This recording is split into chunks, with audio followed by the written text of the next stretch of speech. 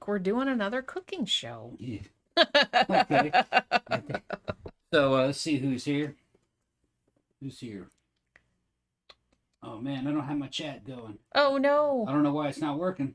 It's working on my end. Okay, hold on, let me do it again. Oh, you messed it up. You messed it up. I'm sure. Weird. Yeah. Okay. Okay, Well, you got it? No, Okay. it's not working for some reason. Shit. I'm not getting my chat. I wonder why. I don't You know what's weird? I think it was Deborah the other day. you know that, what? This isn't today's show. This is yesterday's show. That's why. Ain't that time? Well, that explains it. Okay, hold on. Mother sauce. There we are. Mother There sauce. you go. I was gonna say. Yeah, because Okay. I was gonna say Deborah said something about not being able to get to the chat, even though it's just kind of like, well, I don't know what happened.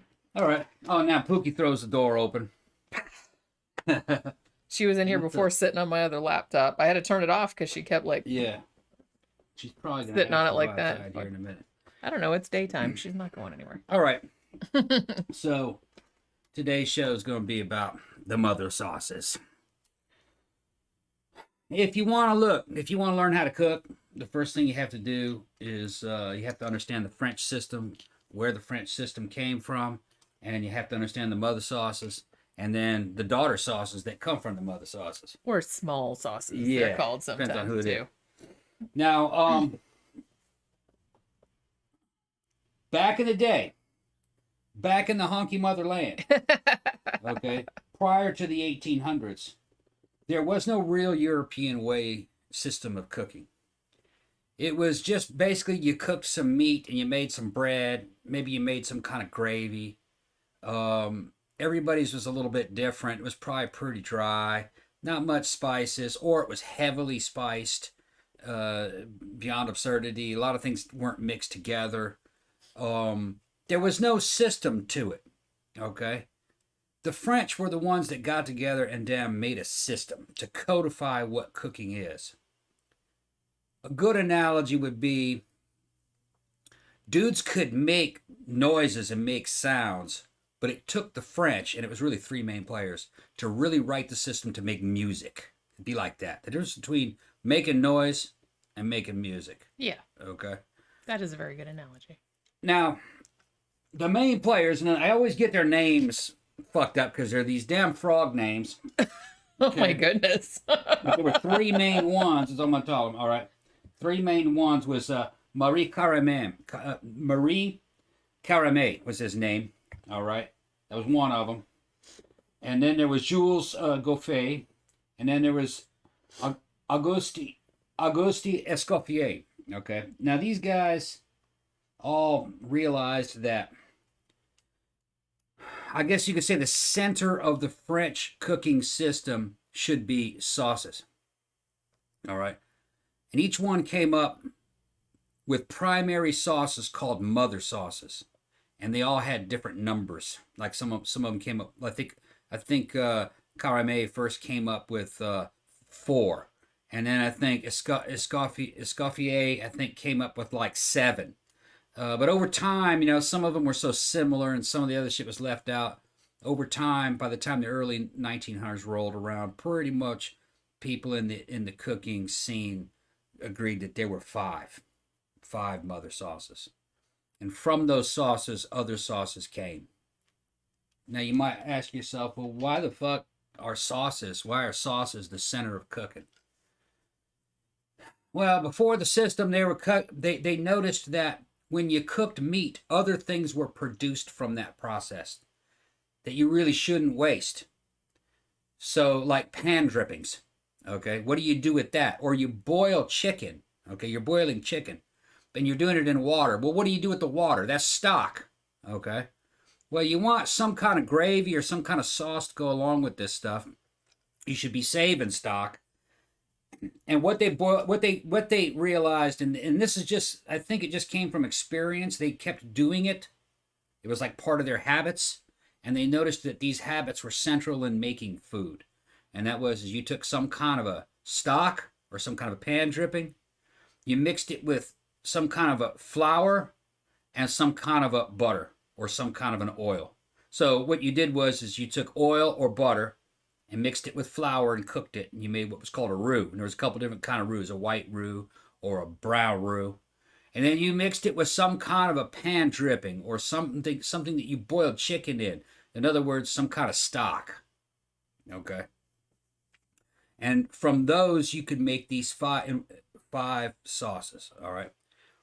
And these 5 sauces, if you had them, they're pretty boring. Everybody's had them, but if you have them just like on their own, you're like real boring. But those are the ones that all the fucking fancy sauces known as the daughter sauces come from. I'm going to read them off to you. They'll all sound very familiar.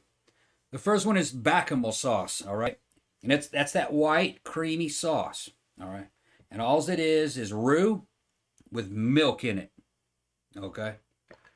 The other one is called espagnole sauce, which is brown sauce based on the brown stock. In other words, stuff that comes out of a meat or bones, all right? And also bacon, you can do with that, and tomato, and then you can just bacon drippings, and you just mix that with roux. So it's like your basic brown gravy, really. It's like a gravy, brown gravy. Third one is tomato sauce, all right, which is basically the same thing. You take baked tomatoes or roasted tomatoes along with onions and carrots and garlic, okay? And you puree that, and then you take butter and flour and make a roux, and then you add the pureed vegetables to that, and then you got tomato sauce, all right? And then there's something called velouté sauce, which means velvety sauce. And it's a clear sauce that's kind of velvety.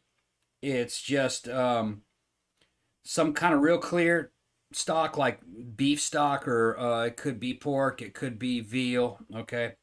And then you thicken it a little bit with roux, okay? And then the fifth one is hollandaise sauce. Hollandaise is just a warm emulsion of egg yolk, melted butter, and lemon juice. And from hollandaise sauce comes other sauces like béarnaise sauce, which is almost kind of more like a condiment. All right. So getting off into sauces is a long and complicated process in terms of it's impossible for me to teach you about sauces. All right.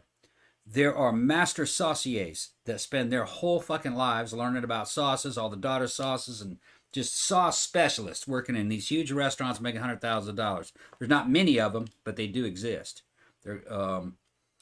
So I'm pointing these daughter sauces out, the mother sauces and the daughter sauces out, so you guys can do your own research and to know that if you're going to cook, and we're not about just making food, cook, you have to understand the French system, and it starts with these sauces and the daughter sauces that come with them. Because every time you cook a piece of meat, there's going to be stuff left over that's going to be used in some kind of stock to make some kind of a sauce sometimes. And so nothing's wasted, okay? And everything you make produces opportunities to make something else. You see, before this system was kind of worked out, it was kind of hammered out by cooks. These are like the cooks of kings and the kings of cooks too. But they hammered this system out kind of like in the way certain guys hammered out alchemy or chemistry. Every time you did some kind of a job, it produced renderings that could be used for other jobs. And they had to organize that in some way. And they did a pretty good job. But it is not totally complete. Like, here's an example. In those sauces I just gave you, there's no condiments like ketchup or mayonnaise or mustard. Are those sauces? Yeah, they kind of are. Yeah. All right. I would argue. Right, but those are going to be in another category. They're going to call them things like condiments. All right. Another thing is, what about salad dressings? That's a sauce, right? Yeah. Well, that's not in this system. This is more like from the French perspective, I guess you could say the mother sauces are more like the mother gravies. Yeah, because I kind of feel like when you get into salad dressings and condiments, those are usually meant to be served kind of as a dip or cold. Yeah. You know what I mean? You know what I mean? So these don't tend to be hot. Yeah, whereas like gravies are more kind of like something that'll go Right. over meat or something like that. Now, when I was working on the Gulf Coast, when I was in between wars, I worked at a really good restaurant, and I'm not I did not go to culinary school, but I studied under guys that did. All right, and in that one, I guess you could say I was a saucier. I made salad dressings, barbecue sauce, all the condiments. I made ketchup. I made barbecue sauce. Made mayonnaise. Prepared mustard. When you have tasting that shit store bought, it's okay, but it does not compare to like the real thing. Like handmade ketchup is just unfucking believable. The same thing with handmade. Once you make ketchup, you have what you need to make barbecue sauce. So it's all part of the same system. You know what I mean? There's a system to those sauces too. Salad dressings, handmade salad dressings. They just store-bought shit just doesn't compare. Off the top of my head, handmade blue cheese dressing is just absolutely fantastic. Handmade balsamic vinaigrettes, where it's been blended together, where it's not oil and vinegar. The oil and vinegar have been blended into one, where it stays mixed and does not separate. God, that shit was so good. So don't shy away from making sauces, understanding the mother sauces and practicing. Don't shy away from making things like salad dressings and condiments. You only do it for a day. You know what I mean? You make a bunch of sauces that'll last you all month. You know, make a bunch of salad dressings, put them in jars. That's why I don't throw any jars away. I probably frustrate Jenny because I just saved a big ass pickle jar. I know. I got that out of the dishwasher when I'm like, oh, there's another one. You're like, well, what's that for? Well, I have a bunch of dried Indian dal, which is like yellow split peas. I'm gonna put that in there. That way, once I open it, I said it's a big bag. I don't have a loose bag of that shit. Yeah. It's better inside the jar. So it's the same thing, you know. You can get big, nice jars if it's got a nice top on it. And I go, oh man, that would be good for, you know, to make, you know, like one of the containers I have. There's nothing but just olive oil. Well, actually, it started off as almost totally filled with red chili powder, red chili flakes, and I just poured a bunch of olive oil in there, and it just kind of turns into a real quick Middle Eastern or Greek style hot oil you can put on things like kiwi and shit like that, or on top of hummus, you know, pour it on top of hummus, whatever. Hell yeah. So, but save everything. Yeah, but really, I think this is probably about as deep as I can get into the mother sauces without this being like a 4-hour fucking show. It's just for you new home cooks. This is where you start learning. All right. Well, actually, that's not really true. You start by learning how to clean things, food handling, you know what I mean, fucking proper sanitation in the kitchen, and then knife skills, how to cut things. Yeah, I kind of feel like that kind of stuff you need to learn like before. The first thing is food sanitation and fucking knife skills and tool skills, to where you're comfortable dealing with hot pans. Like they got some people that don't know that cleaning a cold pan is real hard. Just fucking get that pan real hot on the stove, and cleaning a hot pan, just wipe it out. You know, they're sitting there scrubbing. I mean, sometimes you have problems, but there's ways to, you know, cream of tartar will get burned stuff out of the bottom of a pan, and cleaning a hot pan is much easier than cleaning a cold pan. So after you use a pan for cooking and you pour the serving out, while it's still hot, just grab a clean towel and just wipe that pan out. Wipe the back of it, you know. That way you're not fighting that shit later on once it cools off and sets up. And gets all crusty in there. Yeah. Louis says Mexicans only have one sauce, hot sauce. Yeah. Now they got waka sauce too. Yeah, there's lots of sauces. Lots of Mexican sauces. It's really interesting because, like I said, I don't cook a lot, but I remember, you know, one of the mother sauces being tomato sauce, which obviously is the basis for any kind of pasta sauce or pizza sauce or whatever, among other things. I always found tomato sauce, making your own tomato sauce, I always found it really, really bitchin' hard to get right. It always seemed like it was not, I could never get the balance exactly right of like between the acid Yeah. and the sweet and the, you know what I mean? And it's like, Yeah. it just always like, it Well, always went too far in one direction. And I was like, ah, fuck, I fucked it up. You know what I mean? well, They're harder than they seem. yeah. A recipe just written down is a general guideline, but then after it's kind of cooked down and reduced a little bit, you have to taste it. Yeah. And when you're talking about that Italian zesty tang that an Italian tomato sauce has, it's the interplay between the balance of salt and sugar. Yep. So you have to be able to detect it's too salty or it's too sweet. One of the two. So you either add a little bit of sugar or you add a little bit of salt until it's correct. And what'll happen is the two will, the sweet and saltiness eventually will align with one another, and it'll be like this resonance. You'll taste it kind of go wang. So when you eat it, you go, that's it right there. That's it there. If there's something that you're waiting for, I can't describe it. You know? Well, and I feel like it's slightly different for each person because some people like the sauce a little bit sweeter. Some people like it a little bit saltier because I like it a little bit sweeter. It's based on perception. Yeah. But everybody has that point where you get to it and you're just like, there we go. Yeah, you have to find what's going to make you and most other people happy. You know what I mean? But it should be, everybody should be pretty close to the same page. Yeah. You know? And yeah, a lot of people forget stuff like they don't put any kind of beef stock in it. That's one thing. Now, it doesn't have to, but beef stock will help it. All right. Or bouillon cubes, which is, same thing. Yeah. In this case. And red wine. A lot of people will forget to put that in an Italian tomato sauce. And then another thing that really sets it off is, of course, like, depending on how much it is, like a whole bunch of Parmesan cheese. Yeah. And that goes in there too. But it starts off as this mother sauce, basically, in the French system. It kind of starts with that. After this French system was kind of implemented, European food back in the honky motherland got a lot better.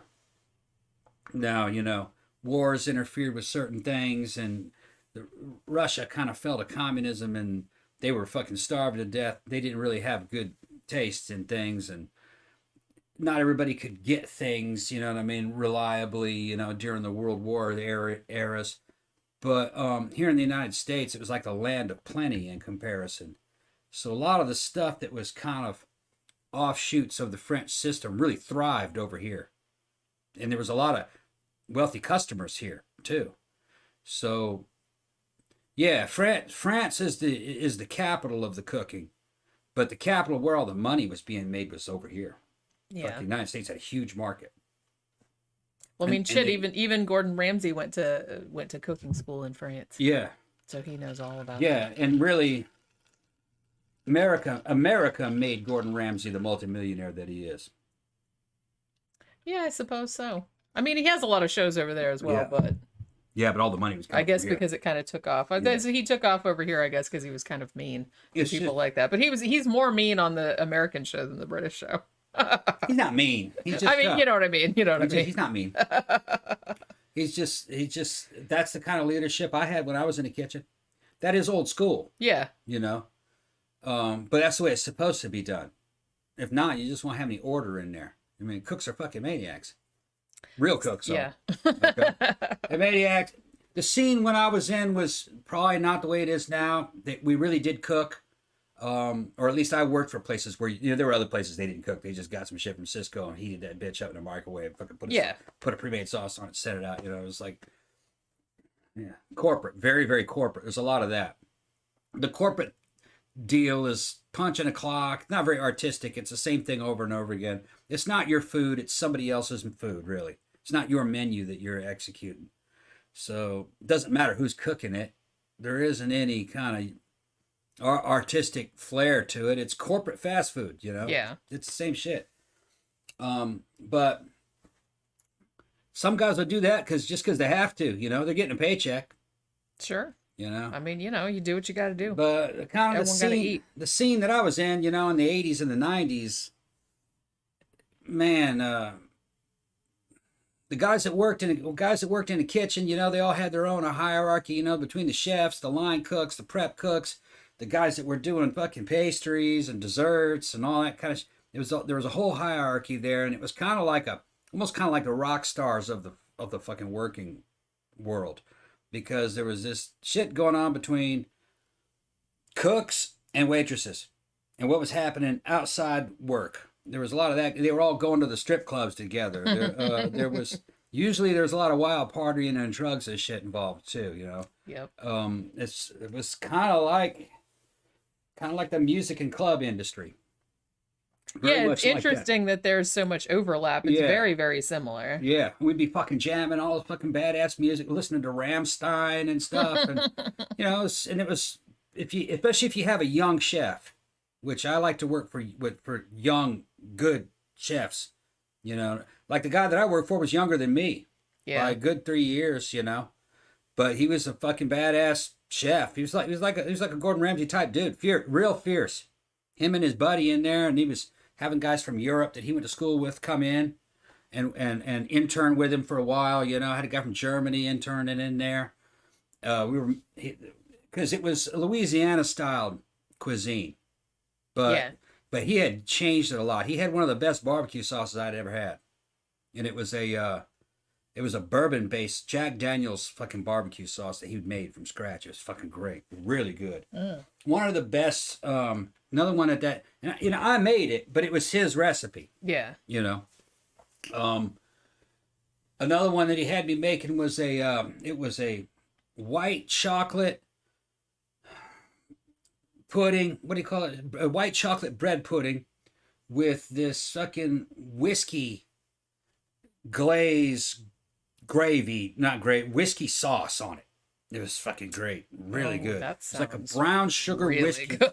It's like a brown sugar whiskey sauce. We need to figure out how to make that. I forgot. It's been so long.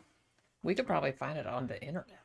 You see, another thing is that you don't have this shit memorized. I mean, every day I was executing that menu. After 3 days of my whole fucking work week was just salad dressings,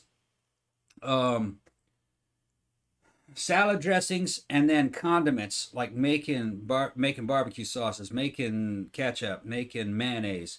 So to make mayonnaise, you had to hard boil all these eggs, and then you had to separate the yolks from the whites, and you couldn't waste all those yolks. So there was other stuff that we were doing. I forgot what we did with that. Yeah, so nothing was fucking wasted. Egg yolks, I'm trying to think. Yeah, nothing was wasted, and we used it in other things, and then. So it was like 3 days out of the week, it was nothing but just making sauces and condiments all day. And you can't remember all those recipes. And then salad dressings. So he had all of his recipes in this damn binder that he had to lock up. At the end of the day, when we were closing down, we locked all that shit up. I didn't want any of that shit leaving, because those were his recipes. Yeah. And he gave you so much to do, you can't really remember it. Yeah, and probably, I mean, after a while, you would just kind of do it mechanically without thinking about it. You'd have to get the book out and go this and that and this and that and all the pre-measuring. And it ended up making the stuff by the gallons. Like 5 gallons of fucking blue cheese dressing, in 1 gallon containers at a time, And sometimes he'd say, give me 2 of those. That's 10 gallons for that week, if some big event was happening. That's pretty awesome, though, because I feel like not a lot of places would make, a lot of places would make their own dressings and stuff, but I feel like a lot of restaurants, even kind of fancier ones, I don't know if they would go the whole hog and make their own ketchup and mayo. That dude was had super, super high standards. I was going to say anal retentive. He was super, super high standards. If he didn't make it, it wasn't coming out of the damn restaurant.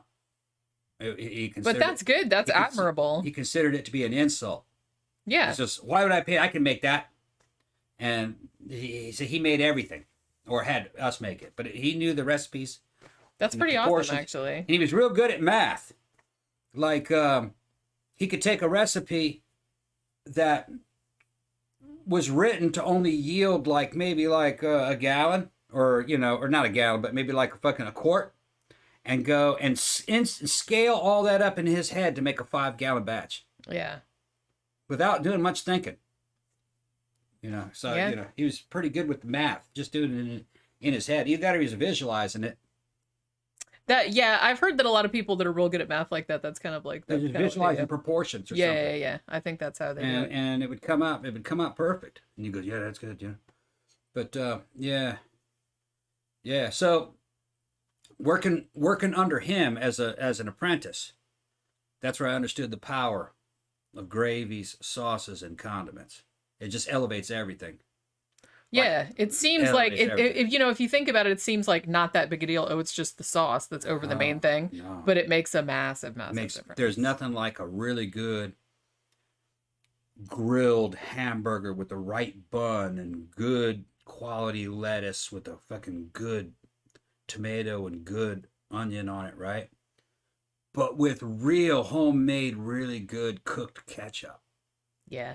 Yeah. With real mayonnaise. That you made. Yeah. It's just it's a totally different experience.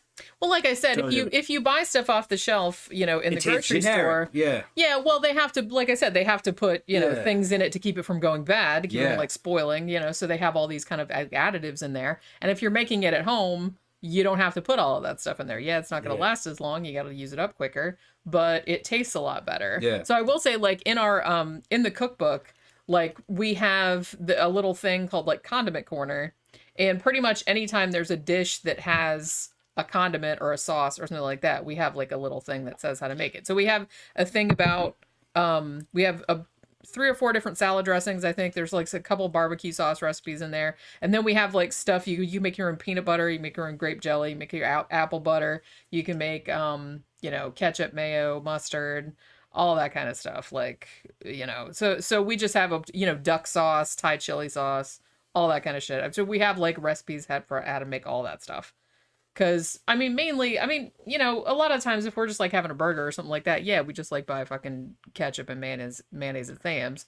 But it is like much, much better when you make it from scratch. I don't think I've ever made ketchup from scratch. I've made mayo from scratch, and I've made grape jelly from scratch.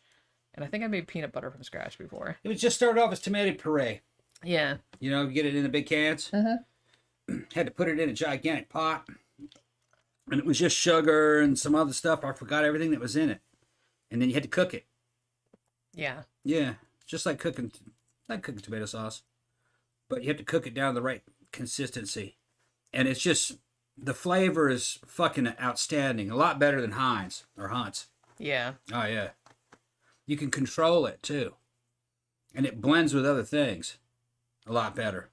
Because, I don't know, it just does. I like a good curry ketchup. Yeah, you could do that, too. Yeah. I had that in, I don't know if it's still there, but there used to be a place in New York called, what the fuck is it called?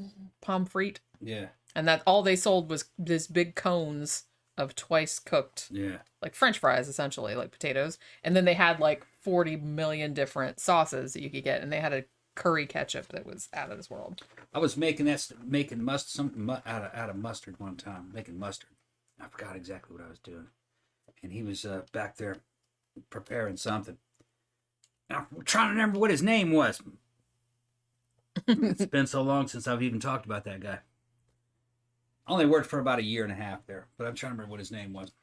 Anyway, I said, how the hell do you make that Chinese mustard? Says, I was trying to make that the other day. I bought some of those egg rolls, pre-made egg rolls at fucking Walmart. He got pissed at me. He says, why don't you just make that yourself? Get the wonton wrapper and just put the damn coals in. He was like that. He says, eat that fucking shit, man. And I says, yeah, but what mustard is that? He goes, what do you mean what mustard is that? I said, I was trying to make that Chinese mustard, man. And I cooked that shit down. I put horseradish in it. He starts laughing. What the fuck you talking about? Talking about the Chinese mustard? And he's laughing. Yeah. He takes a ramekin and just bangs a couple bits, because he had all the spices right there, Banged a couple things of dry mustard in there and add a little bit of water mixed to it, because there's your fucking mustard. Call me an asshole and shit. Man, that's it right there. And he's laughing at me. He goes, you fucking asshole. I said, yeah. Just water? He goes, yeah, just water. Yeah, that's all it is. I was fucking. It was good. Damn, I thought it had horseradish in it. He's like, no, fuck no. I can see how you would think that, but yeah. Because you know, it had that real pungent. Yeah. I didn't realize it was just dry mustard with water. Yep. And I mean, you know. Called me an asshole. But we did that kind of shit. You know what I mean? You're a fucking asshole. Well, you know. Fucking stupid. Yeah, you're fucking stupid. Yeah. Well, I kind of feel like, duck sauce is more difficult, right? Because it's also easy. Well, I mean, that has like pureed. No. What am I thinking of? Duck sauce is nothing more. Well, there's a bunch of different ways you can do that. Yeah, I thought it was like the easiest way to do it is you take apricot preserves. That's what I thought. And you put a little bit of brown sugar in it and a little bit of soy sauce and heat it up and then just stir it and let it recondense. Okay. That's the easiest way to do it. Yeah, I didn't realize that was apricot preserve. Yeah, that's all it is. There's another way to do it. I think it was done with shit. You can do it with plums, I think, too. Yeah. Or mixed fruit. Oh, yeah. The thing is, those Chinese restaurants are basically fast food restaurants. Yeah. And everything is made out of the cheapest thing that they could get at the time. And usually apricot preserves is the cheapest. They'll just use that. I'm just saying, if you're making it at home, you can make it with other things. You can make it with if I make it at home, though, I kind of want it like a cheap Chinese restaurant, though. Yeah, I kind of like that duck sauce. It's in the little packets. It's kind of good. That's the worst stuff right there. I know, I like it. Yeah, but they also kind of have the mother sauces too, and that kind of cooking. But really, all it is a damn squeeze bottle of cornstarch with a bunch of water in it. And that's their main thickening agent. And they'll throw that down into a wok, and then they'll throw a little bit of soy sauce, maybe garlic ginger paste in there and toss it. And that's basically the sauce. And then might or might not have black pepper or red pepper. It's the variations of the same theme over and over again. Or, you know, like you throw the thickening agent in there, or actually you do something like throw some pineapple juice in there, squeeze some ketchup in there, and then put the thickening agent and a little bit of soy sauce, and there's your sweet and sour. That's all it is. Yeah. It's meant to go real fast, real cheap.